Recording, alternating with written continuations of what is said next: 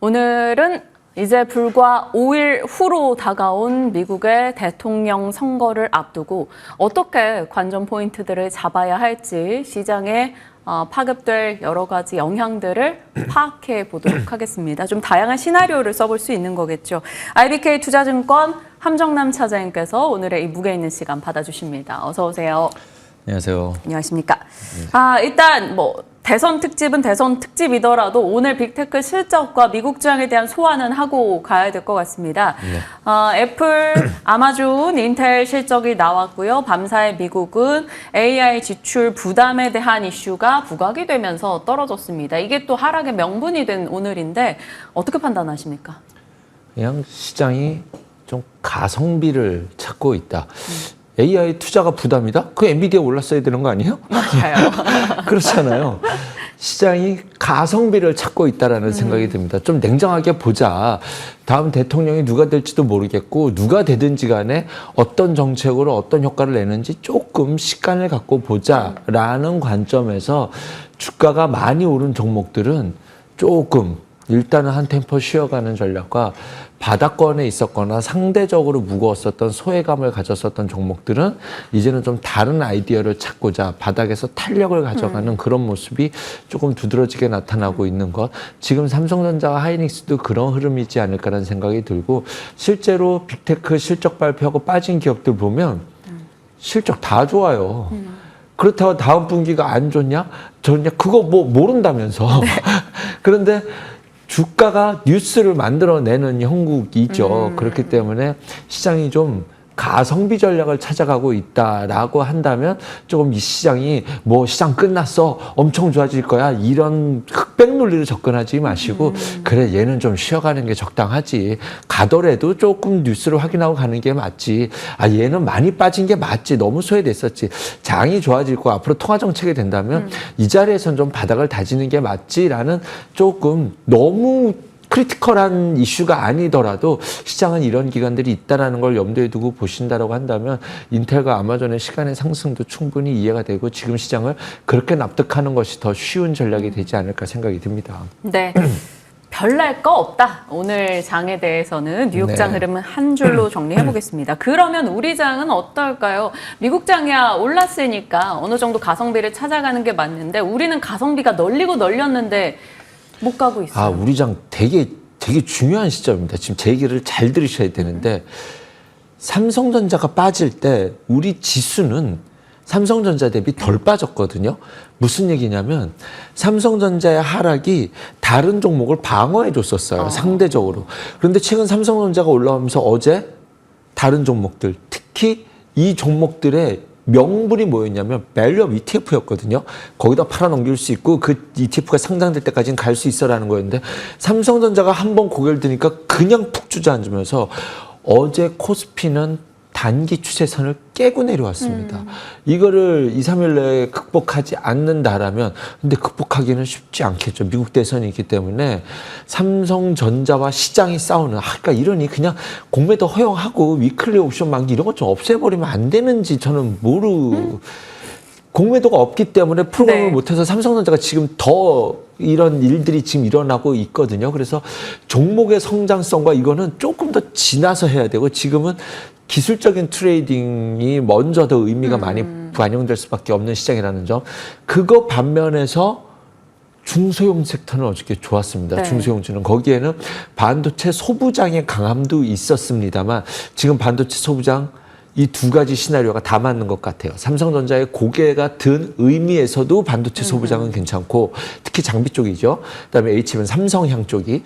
두 번째는 낙폭 과대 있는 쪽의 세법을 찾자라는 것도 반도체는 키워드가 맞아서 반도체는 조금 우리가 먼저 우선순위를 두고 손쓰기가 좀 가장 앞단에 있지 않나라는 생각이 들고 또 하나 특이한 건 어제 반도체가 이렇게 올랐으면 바이오가 박살이 날 줄 알았거든요. 괜찮았어요. 생각보다 괜찮았습니다. 지금 바이오 탑이 지금 리가캠이랑 알테오젠이거든요.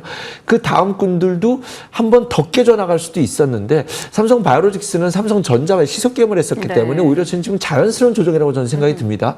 물론 3군 영역에 있는 종목들은 많이 떨어진 종목들도 있지만 2군 단에 있는 종목들은 잘 지켜내는 모습이 들어서 생각보다 세다라고 느꼈다라고 생각이 듭니다. 뭐 ABL 바이오, 에이프릴 바이오, 뭐 지아 이노베이션 네. 이런 종목들은 한올 바이오 파마도 마찬가지고 그래서 바이오가 아직은 끝난 것이 아니구나. 그래서 잘만 된다면 중소형주 강세장이 왔다면 여기서 좀 긍정적인 트레이딩도 하지만 이게 또 오늘 미국장 빠져서 어저께 러셀도 빠지고 다 같이 빠졌기 때문에 같이 깨지고 난다면 어제가 페이크 파동이 맞는다면 진짜 절망에 가까운 하락이 나올 수도 있기 때문에 섣부른 이것보다는 오늘의 하루는 또 중요한 하루가 되지 않을까 생각이 듭니다. 네. 봐야겠네요. 시장의 네. 분위기 파악을. 그런데 분위기 파악을 할 수 있는 포인트 네. 등을 잡아주셨기 때문에 저희 기억하고 오늘 보겠습니다. 자, 이제 오늘의 본연의 특집으로 조금 가겠습니다. 대선이 임박한 가운데 오늘 아침 여론조사 기준으로는 뭐 동률이다라고 얘기까지 나오나 10월에는 내내 트럼프가 당선이 될 것 같은 분위기였단 말이죠. 네. 이 이야기 좀 해보죠. 일단 뭐 트럼프 당선에 무게를 두고 본다면 이것이 정말 악재인가를 파악해야 될 것 같습니다. 네, 맞습니다. 어제 이것을 준비하면서 반도체 특집을 했어야 되나 이런 생각도 드는데 약속을 했고 또 하나는 한번 점검해보자라는 네. 정도로 생각해 보시면 될 것 같습니다. 트럼프가 한국 시장의 악재다라는 것이 만연에 깔려 있습니다.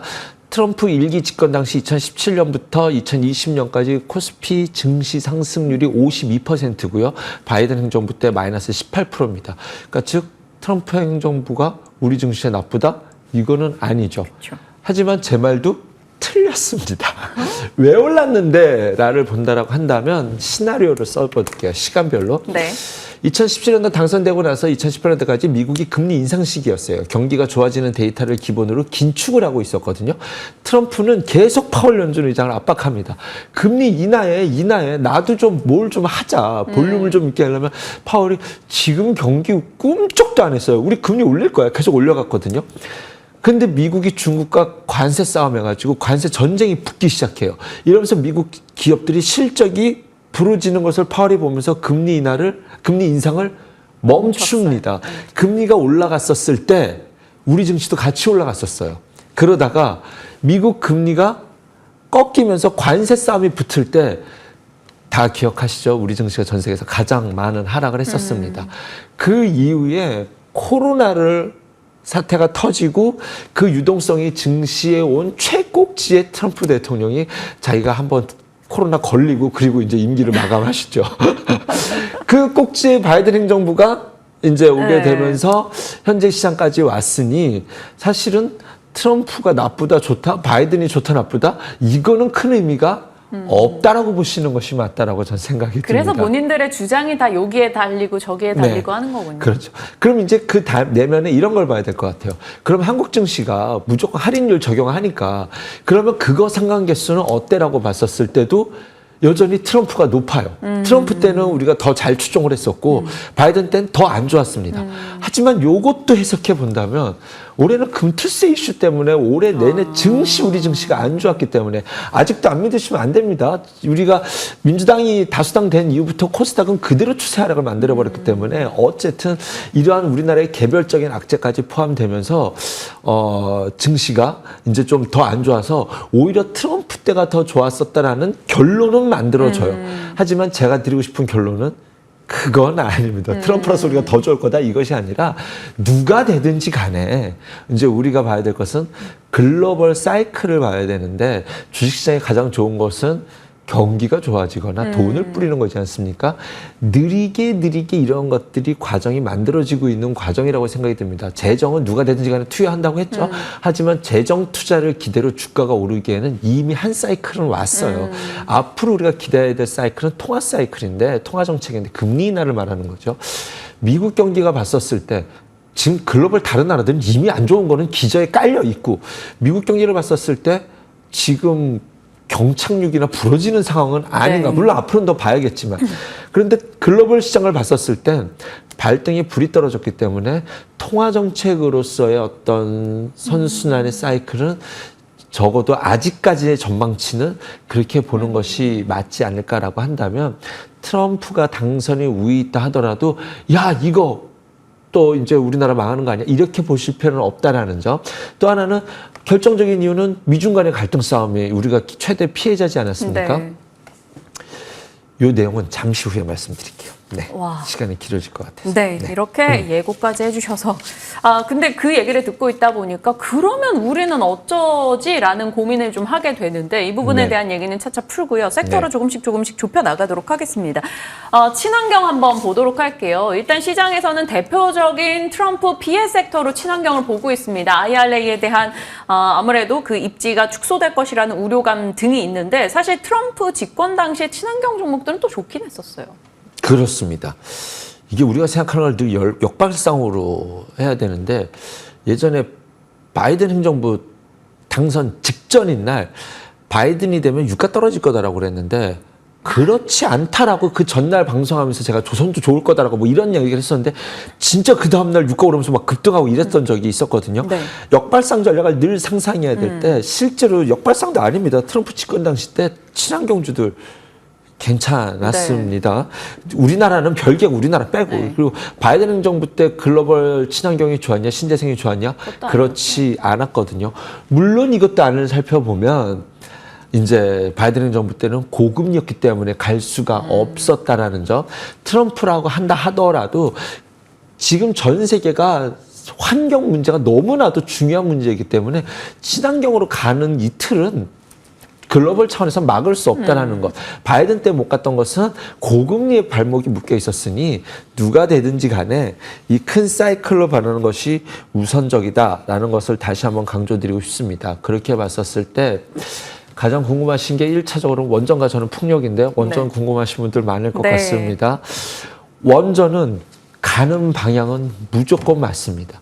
원자력 발전이 위험한 거 맞죠. 지금 세계 트렌드의 방향은 SMR이에요. SMR이라는 것은 한 기가 소형 SMR 한 기가 우리나라 버스만 하거든요. 그러면은 작은 공장에서 세 개 갖다 놓으면은 이제 그걸 계속 할 수 있다. 뭐 이제 이렇게 돼서 효율성과 안정성 면에서 압도적 우위를 가져가고 있습니다.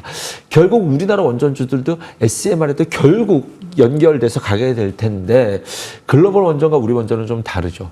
우리나라 원전은 1번이 뭐라고 그랬죠? 웨스팅하우스랑 합의거든요. 이 뉴스 나와서 첫 번째 상 들어가는 날 쫓아 들어가면 된다라고 아직도 이 뷰는 유지합니다. 근데 이게 가는 것 같다 싶으면 빠지고 가나 싶으면 빠지고 어떻게 해야 돼? 라고 물어보신다면 나는 원전을 간다라는 섹터로 봐 라고 하실 때 일부 포트를 잡으시고 그중에서 일부는 트레이딩을 하시고 나머지는 웨스팅하우스 합의 때까지 들고 갈 거야 라는 물량은 재워두시고 나머지 물량은 조금 트레이딩을 하시는 전략을 짜두시면 어떨까라는 생각이 들고 아까 말씀드린 것처럼 통화정책이 기본 기저다라고 했었을 때 글로벌 지금 유럽의 금리 인하 속도는 굉장히 빠르게 진행되고 있잖아요. 그런 관점에서 봤었을 때 오히려 풍력은 지금 중장기적인 관점에서 이렇게 떨어질 때 뭐 누가 당선되고 안 되고를 떠나서 이렇게 떨어질 때 조금 중장기적으로는 잡아갈 수 있다. CS윈드를 대장으로 말씀드리도록 하겠습니다. 네. 전기차는요. 전기차는 어떨까요? 머스크 덕분에 좀 리스크 줄었다 뭐 이런 센티적인 측면의 목소리들도 있어요. 네. 일단은 자동차 섹터는 무슨 이유를 갖다 붙여도 불편한 건 맞아요. 일단은 수입 품목에 관세 기본적으로 맞는 것은 맞고 지금 이제 그 파트너에 있는 벤츠 예비 뭐라고 불러야 돼요? 어쨌든 그분 있잖아요. 부통령이 될 수 있을 그 벤츠 그분이 이제 뭐 보조금 싹 다 없애버리겠고 이제 내연기관차 밀어주겠다 뭐 이런 전략을 갖고 있기 때문에 어쨌든 자동차는 무조건 좀 악재인 것은 맞다라는 것을 전제로 볼 때 우리나라만 때리는 게 아니잖아요. 여기서부터 이제 무역 관세에 대한 이야기를 해보도록 하겠습니다. 예전에 트럼프 시절에 중국이 힘들었나요? 안 힘들었나요? 힘들었죠. 힘들었죠. 하지만 내심 한편으로는 웃고 있었습니다. 시진핑은 트럼프가 나쁘지 않은 카드예요. 왜냐하면 중국을 엄청나게 때리는 건 맞지만 트럼프는 전 세계를 때렸어요. 우리나라도 때렸잖아요. 네. 그래서 방위금 내, 국방비 내, 그리고 유럽 때려, 중동 국가야, 우리도 패하게 해, 다 돈으로만 계산했거든요. 두더지 잡기네요. 그랬더니 중동 국가들도 이거 미국이랑 손잡을 필요가 없네. 자기네가 유가를 팔고 달러를 거래해주게 해줬는데 트럼프 대통령 되자마자 전 세계에다 셰일가스 팔아먹고 다니고 자기네한테도 팔려고 하고 중국 국가는 못 팔게 해버리니 이게 불편하죠. 그래서 실제로 중동 국가에서 이란이 위안화 결제됐던 적이 있습니다. 맞아요. 유럽도 이거 짜증나는 일이에요. 그동안 다 이제 했었더니 달러 패권의 유지를 자기만 혜택을 보려고 했었던 게 트럼프 정권이었거든요. 또 그러면은 보복하겠다고 했어요. 그래서 그렇지 못할 거라는 것이 제 키워드. 연임, 이번에 재임에 성공할지 안 할지 모르겠지만 연임에 실패했던 결정적인 이슈가 전 세계를 적국으로 만든 퍼스트 아메리카를 추정했었기 때문에 달러의 위상을 너무나도 안 좋게 만들어 버렸어요. 이럴 거면 우리도 중국이랑 손잡지. 이런 이야기들이 글로벌적으로 팽배했었기 때문에 이번에는 그렇게 하지 않을 것 같다라는 뜻입니다. 그렇다고 한다면 중국을 확 때려잡고 그 외 국가들과는 좀 이렇게 페어한 플레이를 한다면 이것은 이미 미중 간의 관세 싸움 때 우리나라 기업들이 중국에서 힘을 많이 빼고 미국 향으로 많이 바뀌어 있거든요. 대표적으로 화장품 화학까지 그렇게 됐으니 말 다 했죠. 그렇기 때문에 이미 중국 비중은 많이 낮아져 있습니다. 중국만 고립시키는 전략으로 간다면 우리나라는 관세는 우리나라만 때리는 거 아니지 않습니까? 현대차 때리는데 도요타도 때리면 상관없다는 거예요. 뭐 쉐보레가 더 많이 팔리는 건 어쩔 수 없이 깔고 가자고요. 주가에 네. 반영이 됐으니. 중국만 때리는 전략으로 가게 되는 그림이 그려진다면 2차 전지도 전기차도 네 그런 그림이 나온다라 그냥 막연하게 내년에 파이가 커질까요? 뭐 매출이 늘어날까? 이거 전략 외에 그건 이미 알고 있는데 주가가 반영되지 않지 않습니까? 네. 만약에 트럼프가 됐는데 중국만 때려준다면 이것은 우리가 다양한 산업군에서 수혜를 볼 수 있다고 생각이 들고 그중에 특히 전기차에서는 유럽에서 중국을 거부하려고 하는 움직임이 이미 시작되고 있잖아요. 이러한 것들이 시너지를 만들어서 내년에는 전기차가 바닥을 찍고 추세를 좀 돌릴 수 있는 그림도 나올 수 있지 않을까라는 것을 조심스럽게 그러니까 미중 간의 관세 전쟁에 대한 저의 어떤 뭐 전략이랄까요? 전망이랄까요? 네. 아이디어는 이렇게 짜고 있습니다. 너무나 재미있는 스토리에 납득이 되고 있어서 흥미진진합니다. 자, 그렇다면 나쁠 것으로 생각하는 것에서 우리만 나쁜 게 아니기 때문에 그러면 페어하다고 놓고 보는 상황의 여건을 저희가 고려해야 된다라는 것이었고 네. 다음은 그러면 우리가 좋을 것 같은 분야 네. 좀 덕 좀 볼 것 같은 분야 트럼프 덕 볼 수 있는 데가 어딜까요? 덕 볼 수 있냐? 그런 건 아예 기대하지 마시고요. 덕 보려고 하지 마시고 우리가 열심히 하자고요. 1차적으로는 일기 집권 때 경제 공약 1번이 인프라 투자였거든요. 그런데 하나도 못했어요. 네. 중국과 쌍박질만 했거든요. 이번에는 그런 걸 할 것 같아요. 뭐가 됐든지 간에. 그러면 인프라 투자라고 한다면 명분상 친환경을 앞선에다 두기는 어렵거든요. 그렇기 때문에 정치적 색깔의 명분상 인프라 투자를 하게 될 때 정말 지독하게 바닥에 있는 섹터가 하나 있습니다. 5G거든요. 5G는 네. 6G로 바로 넘어갈 거야 때문에 이제 완전히 지금 최바닥에 있는데 5G에서 지금 5.5 어드밴스드 장비 해가지고 글로벌 시장 팔아먹겠다고 한다면 이것이 중국 시장에 다 잡아가게 둘 수 없거든요. 이것이 굉장히 통신 쪽인데. 중요하고 네. 인프라 투자를 왜 하냐면 그렇게 재정 지출을 해야 경기에 순환 자금이 돌기 때문입니다. 머니의 통화의 승수 효과를 낼 수 있는 최고가 땅 파고 공사하는 명분을 만드는 거예요. 우리가 친환경 하는 핵심 과거의 명분은 이것입니다. 근데 지금은 진짜 친환경해야 되는 기후 세계가 온 거죠. 자, 어쨌든 그랬을 때 6G와 5G의 중간을 잇는 5.5 어드밴스드라는 것이 시장의 키워드가 던져졌고 미국도 우리나라도 주파수 경세 뭐 이런 이야기가 나오고 있는 과정 속에서 어저께 그 앞단에서 먼저 움직여줄 수 있을 만한 우주항공 섹터가 우리가 딱 움직여주더라고요. 그래서 요거 가면 5G도 같이 갈 수 있는 판이 만들어지지 않나라는 생각이 들어서 6G, 5G를 묶었을 때 어제는 우주항공이 갔으니 지금은 5G도 진짜 바닥에 있습니다. 바닥에 있는 거 사실은 움직인 다음에 사는 내가 쫓아갈지 말지 하는 것과 바닥에서 미리 보고 있는 건 일단 투자 마음의 대응이 다르기 네. 때문에 KMW, 이노아이리스, 머큐리, 솔리드 정도는 한번 이런 일이 일어날지도 모르겠다라는 정도로만 아직 추세 전의 시그널은 아직 등장하지 않은 종목들도 있기 때문에 급하지는 않지만 관심은 가져볼 만한 섹터이지 않을까 생각이 듭니다. 종목명만 들어도 마음의 여유가 있네요. 대응의 여유가 있는 종목군들이라는 점이고요. 네. 그리고 재건 쪽은 어떨까요? 트럼프는 자신 있게 전쟁 끝낼 거야 하더라고요. 끝낼 것 같아요. 네.